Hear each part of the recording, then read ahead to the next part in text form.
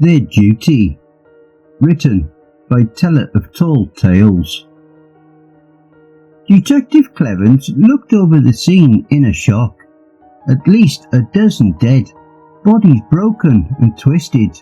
One, a Gorgon, even had the broken blade of a small knife sticking out from their chest carapace. The car of the bullet train was splattered with technicolor blood, and Clevens' talon covers were beginning to soak it up. He glanced over at the victim, a small Myuu girl who was tearfully receiving a medical checkup in a medicraft. Despite there being 4 witnesses to the event, the story hadn't changed. His sharp eyes slowly turned to the lone, dark-skinned human in dirty, ragged clothing.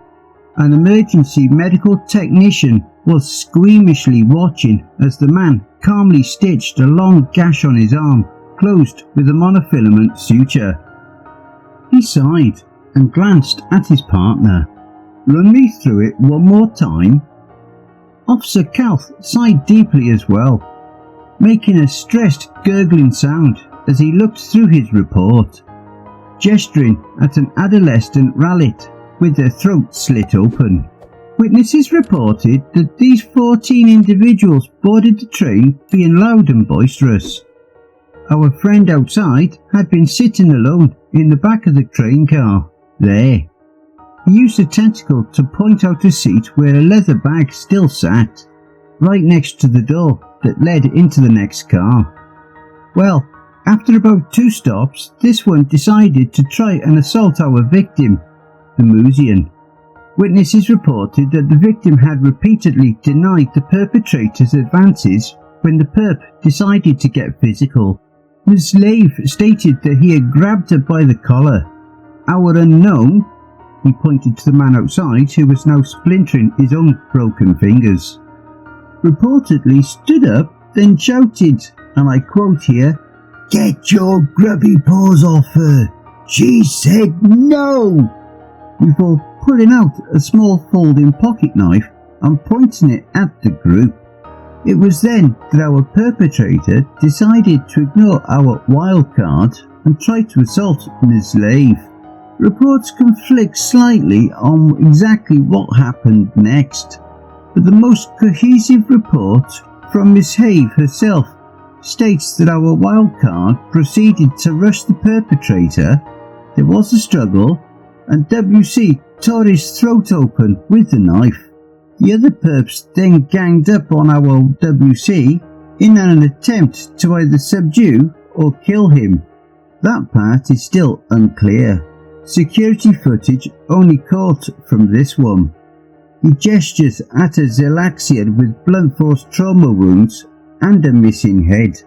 WC had mopped up the Rallit, 2 Gorgon and a Geknosian before the camera could start recording.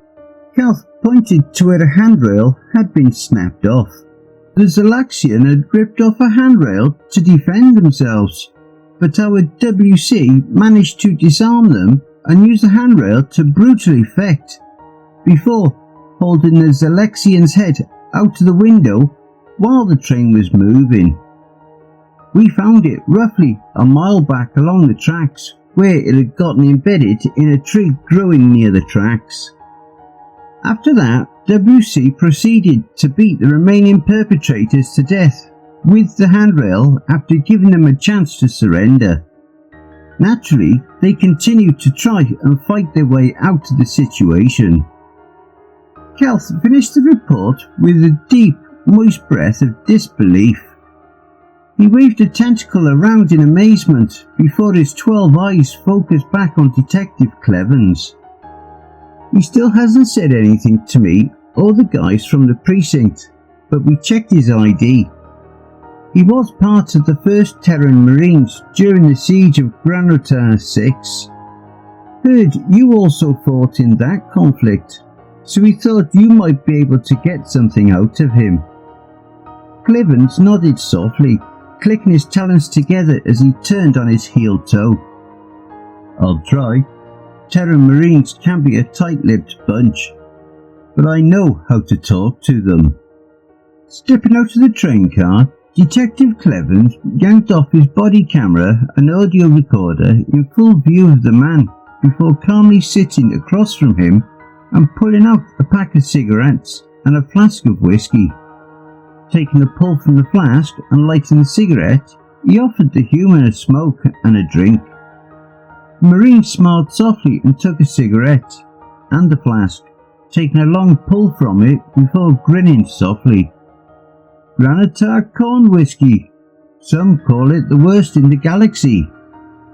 But in the trenches, it was like the gods' ambrosia. Clevens finished the old saying with a soft ruffling of his neck feathers, the closest he would come to approximating a return smile. The human looked back at the train car and asked, "Is she okay?" "Shaken up, but otherwise unharmed. Probably going to need therapy." The man sighed softly. "Guess I overdid it." Clevens shrugged softly. "Maybe. I'm more concerned about why you did it. You could have gotten yourself killed." The Marine looked up into Clevens' eyes, smile fading softly as he smoked the cigarette pensively.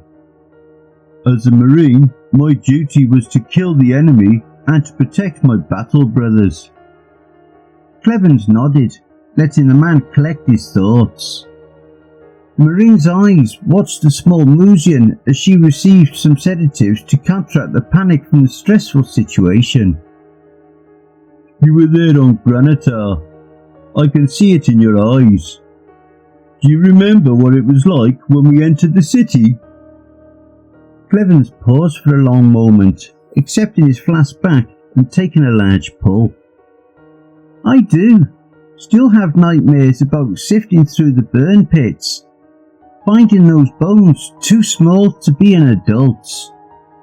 I also remember finding the nobles holed up in their bunkers, fat as ticks. I remember not seeing what happened to them."